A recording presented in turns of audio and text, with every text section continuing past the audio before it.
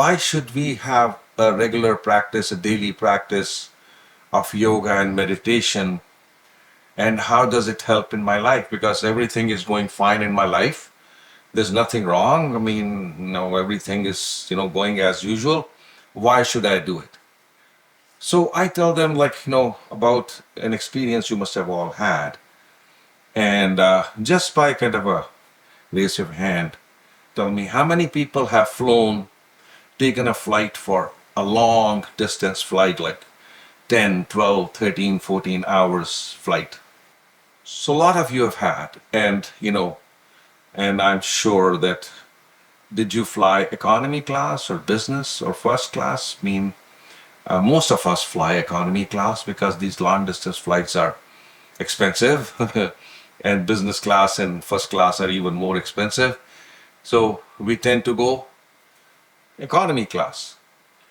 And if you recall your experience of that long flight, you get in fresh, you go into the plane takes off, and the flight crew is fresh also, you get some good service.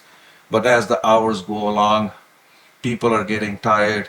The person sitting next to you is falling asleep on your shoulder. There is a child behind you pulling your hair, and there are all kinds of noises happening with the children, adults, and the flight crew is getting a little tired and restless. The washrooms are not clean anymore, and soon your body starts hurting. Even if you stand up, walk for a little bit, it doesn't help much. And as the hours go by, you're getting more and more and more tired. And by the end of that long 12, 13-hour long flight, when you eventually land, you're like a broken piece of machine. You basically drag yourself out of the plane into the terminal. So this is one way of flying, where a long distance flight, and every passing hour makes it more and more tougher, makes it more and more difficult. Whereas in this instance, you also have the possibility of flying business class or even first class. And if you do that, a lot of these challenges, that you're facing in the economy class will be going away. You have more leg space, you can stretch your legs, your meals are better, the service by the flight crew is much better, and you don't have too many problems. And you can watch a movie in peace, you can listen to your music, read your, read a magazine or book that you want, and it is always going on. Like passing hours don't make much of a difference. You're feeling good no matter what. And if you're by chance flying first class, some of the airlines even have the provision of having showers. You can even shower and be totally fresh. And when you get out of that plane at the end of that 13-hour, 12-hour long flight, you are brand new. Similarly, we are born and we lead our life like this long flight. And what usually happens that people may say, oh, everything is fine. But with every passing year, things are getting worse. We are getting older. We have less energy. We have sicknesses on different medications and all that stuff. And by the end of our life, when we are in the late stage in ages, we are like that broken piece of machinery. That's one way of leading your life. Another way of leading your life is with Brahman Yoga. That journey of your life becomes a business class or a first class. But the way when you're traveling business class or first class in a plane, you have to pay an extra price. Similarly, thinking if you want to lead your life business class and first class, there's an extra price to be paid in terms of making an effort to have, a daily practice, continue learning and applying these things and changing your life and making it better, healthier, successful, peaceful, prosperous, and full of divinity. So if that's your goal, it is it's an amazing way to start with Brahman Yoga. And if you look at the airlines, right? I mean, to the hundreds of economy class seats that they have in every plane, these long haul planes, they have only a few business class and even fewer first class seats. And we know the reason why is because most people are not willing to pay a higher price to travel in business class and first class. And that's the reason why more economy class seats. Similarly, in life too, we understand that this way of life of Brahman Yoga is not going to be followed by everyone. It is the one for those who have made a conscious choice that, I have had enough of this, routine life. I want my life to be better, more healthier, more happier, more successful, more prosperous, and more loving. And for that, we have to pay a higher price to learn, constantly keep learning, and also creating a daily practice which will help me evolve. Because there is only one thing that's constant in this world, in this universe, and that is change. And change is going to happen to all of us, whether we like it, we accept it or not, change is going to happen. And if we leave the change to randomness, it is always downwards. To a positive change, you have to put in an effort. Say, most people, you will have a lawn in front or back of your house. And you know that if you leave it alone, within no time, a lot of weeds will grow.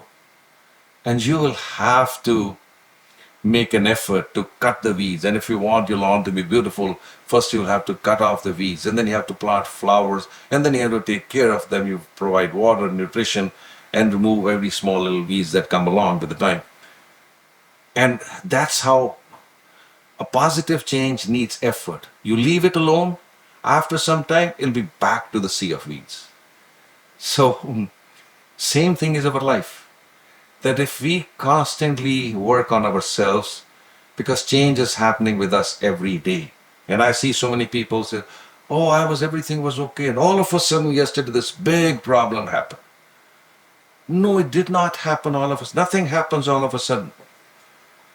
Changes are happening on a regular basis, but those changes are small, which are not perceptible.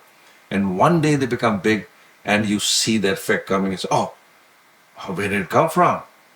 And it's all of a sudden. The reality is, it's not all of a sudden. And if we create a practice, we learn, and then we create a practice that we do every day, we are nurturing, we are taking care of our garden, our life, in a very nice way. And even if some untoward things come in life, you have the strength, the resilience, the patience, and the ways to handle them. If somebody thinks that by creating a practice all my problems will go away, that's not really going to happen, because whatever we face is based upon our past karma. And we will all face challenges in our life and continue to face challenges. But by having a practice of Brahman Yoga, what happens is that you have the ability to face those challenges in a much easier manner. You become more resilient, you become more stronger, you become more happy. You know that my happiness is not coming from material stuff around me. Although, like anybody who says material stuff is bad, I don't agree with it, or our principles don't agree with it.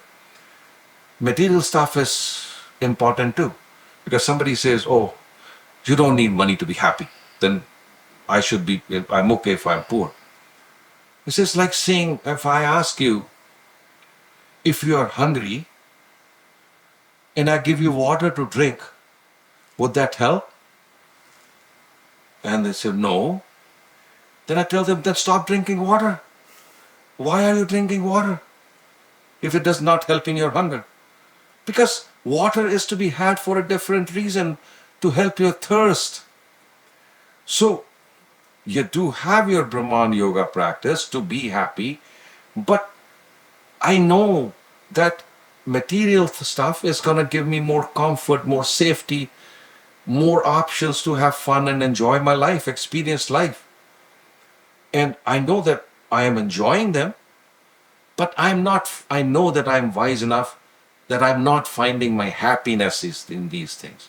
And if I need happiness, I'll go to my family.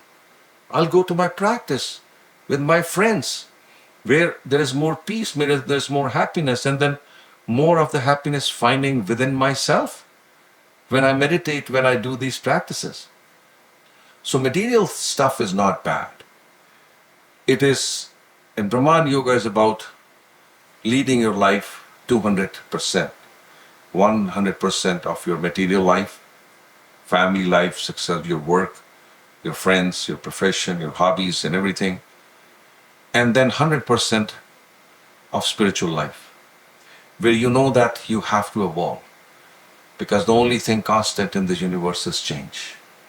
And change is going to happen, and I can choose to let that change be random and go down, or I can choose to control that change and be at a place or create stuff that I really care for or I want.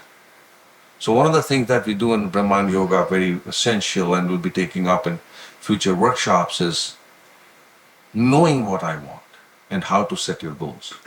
It is so important. It's like, say, GPS, and I say, for example, Ali is sitting in front of me, Sybil and, Shubing are sitting. And if, say, I have never been to Shubing's house and I say, she invites me, and I get in my car, and, today we have GPSs, and I type in the address, Shubing's home. What are the chances I'll reach there? Very little, or not perhaps. I have to give the proper address. Similarly in life, you must set your goals properly with the proper address. So if I ask people, and most of the people say, oh, I know what I want. I want to be healthy. I said, that's again like typing in the GPS, Shubing's home. Because everybody's definition of health is different. What is your definition of health? You have to define it very clearly. So there are some principles of goal setting and then how to manifest them, and we kind of work on it as we create our practices and learn more from Brahman Yoga. Oh, hi, my blessings to all of you. This is for everybody who has expressed interest in learning through group sessions, and also for those who have been thinking about it. So if you are interested in learning from me through group sessions, live group sessions, then please let me know. Put in a message here in the comments, and we will reach out with the details. We have all the details ready, the package ready. So just please mention your interest in the comments below, and we will get back to you. Thank you, and my best wishes to all of you. To watch our previous podcasts, click here.